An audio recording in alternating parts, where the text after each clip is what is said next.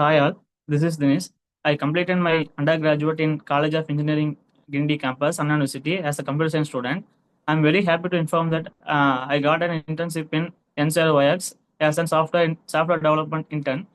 Like ஆக்சுவலாக நான் ஒரு டிப்ளமோ ஸ்டூடெண்ட்.